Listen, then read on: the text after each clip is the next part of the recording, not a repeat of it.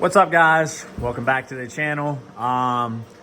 You guys can see we have this side off, which this wasn't supposed to be part of this video, but me and my brother are doing a video on replacing oil pan because we were doing the 2G swap, and the drain that's press fitted down in there, you can see it has a nice threaded fitting now, actually slid into the oil pan. So what do we got to do?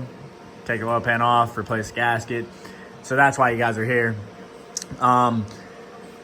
We're gonna pretend that this side of the motor's on and literally make it as easy as possible to understand. That elbow right here that goes onto your factory exhaust has to be disconnected. This boost coupler right here has got to be disconnected. As far as this side of the engine, everything else can stay. The intake, I would just take that out because of how quick it is. But the only thing that has to be disconnected is this, your downpipe. Me and my brother, we're gonna start on the cold side of the engine right now. We're gonna undo the, intake horn, my gosh, thank you.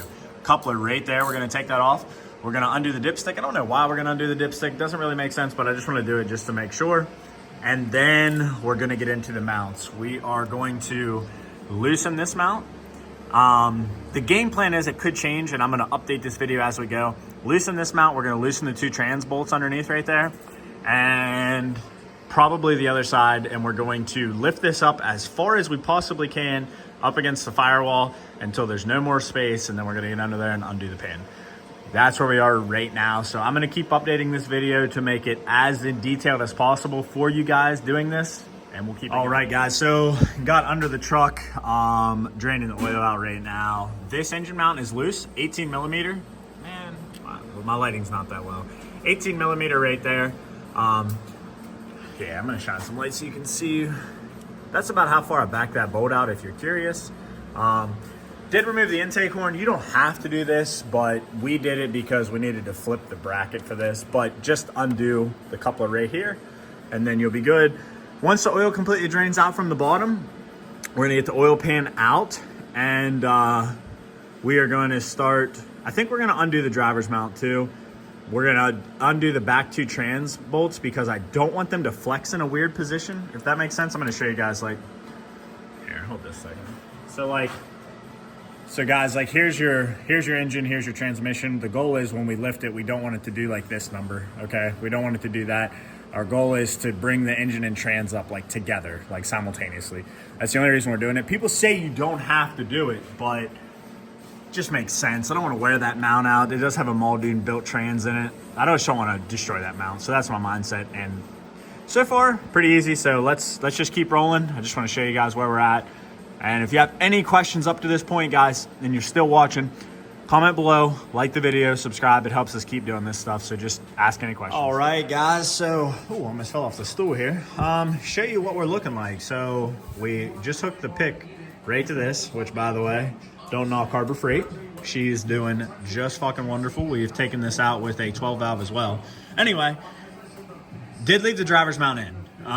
We're not 100% sure that is going to be enough, but we're feeling pretty good under there, so we're going to have to see how it looks. But the mount, you can see we're completely out. Left the shroud in. I know that was like a thing people were talking about, like maybe we should. Left the shroud in. Downpipe, you can see that part's resting in there. We have a little bit more that we can go up, like it's not lifting the truck up yet, but we're gonna see if we can get under there. We believe it's a 10 millimeter.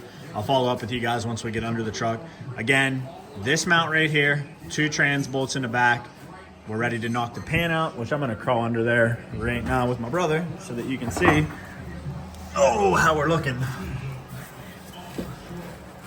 So there's all the bolts, and really the big thing is this cross member, getting it down and then letting it swing past the pan where his hand's at right now. That's gonna be the trick. So we'll follow it back up once we get all these bolts out. We think they're 10. Just literally go around the pan and we'll see where we are. All right, guys, so now we're both tackling this step by step. I'm helping him. So if you guys have another set of hands, the driver mount's still completely bolted in. We did go up all the way until the trans dip was touching the firewall, which I'll show you guys again at the top. But I'll be honest with you guys, pan's out. Like we just left it down here to show you guys that it's out. Literally, that's all you had to do. On the pickup tube right here a little bit, it gets a little tight, but it's not bad. Like, I'll be honest with you, watching this on the internet and after doing a 12 valve, this was cake. Now, we're gonna spend some time under here. You guys see the gasket hanging. We're gonna spend some time. We're gonna clean it up real good. And you guys can see that. This is why we dropped it. So this is the O-ring for the. Where's the metal at? Show me. I gotta find that still, but this is the O-ring from the drain. This is why we dropped it. Put your hand in that metal, or put your hand in that pan right now. Just get that metal out. We're gonna show you guys the real reason we had to do this. Yeah, it's right there. Can you pull it out? Yeah, it's oily. So super oily. Well, it's there on my hand. There's the drain, guys. That's the whole reason we did it. I'm not trying to make a huge that and there too. But there, it's on the floor, both of them. That was an oil pan, and I'm not. I will say this too, though. I'll be honest with you guys. I'm gonna try to show you guys the best I can. We actually did have an oil leak back there where the trans was at. So we know that it's not a rear main. Muldoon's Performance did replace that. So I'm going to actually end this video. I'm going to go ahead and edit it real quick, throw it up on YouTube. If you guys have made it this far and it's helped you guys in any possible way, please like the video, subscribe, comment. All that stuff really helps YouTube algorithm, and it helps us continue this. The last steps that we're going to do, if you guys are wondering from this step, we're going to take a razor. We're going to clean up that surface really well. We're going to take some brake cleaner, get all that build up junk off there. The most important part here, guys, going back together, is the prep. If you got to this point and you didn't prep it, it's pretty much gonna just be a pain for you. So clean this surface real well. We're gonna get all this out, brake clean it, and that'll be it. And then the next video that you should see after this should be the 2G swap on this. Yeah, so if you guys liked, comment, subscribe. As always, we appreciate your guys' support and support those who support you. Until next time. All right, guys, so we're all under here. You can see my brother, he's pretty filthy. Going around the pan, torquing them 18 foot-pounds. That's what we were doing. That's gonna be the whole way.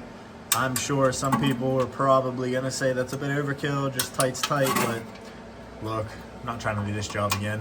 Spent a good bit of brake clean, cleaning out the pan, did wipe the inside of the pan out, the outside, tried to do the best we possibly could before we put this back in. So you can see, making our way around. 18 foot-pounds, guys. We're gonna clear up that Thurin track bar and get some of the oil off the Thurin sway bar too. And yeah, so that's actually gonna conclude the video. I thought I was gonna end it shorter. Not bad, guys. Just repeat the process that you saw. If you have any questions, what's that? One thing. You need RTV around the back half where the two cases are together. Let the RTV sit for roughly about an hour before you put any oil in this, which is fine, because we're going to continue working on the second gen swap. There you go. All right, guys. Put it around the corners. We did do RTV around the corners. I don't know why I didn't mention that, but you know, when you Not a lot. No, you don't want it in the pan. We just kind of made it tacky more than like anything else. So, all right, guys. Support those who support you. Comment below, like the video, subscribe. See you next time.